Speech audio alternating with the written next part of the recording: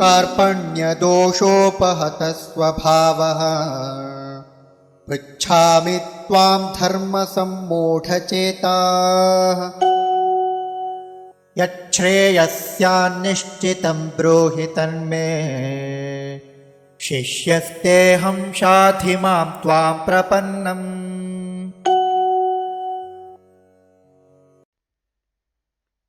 कार्पण्य दोष उपहत स्वभावः पृच्छामि त्वां धर्मसम्मूढचेताः यत् श्रेयः स्यात् निश्चितं ब्रूहि तत् मे शिष्यः ते अहं शाधि मां त्वां प्रपन्नम्।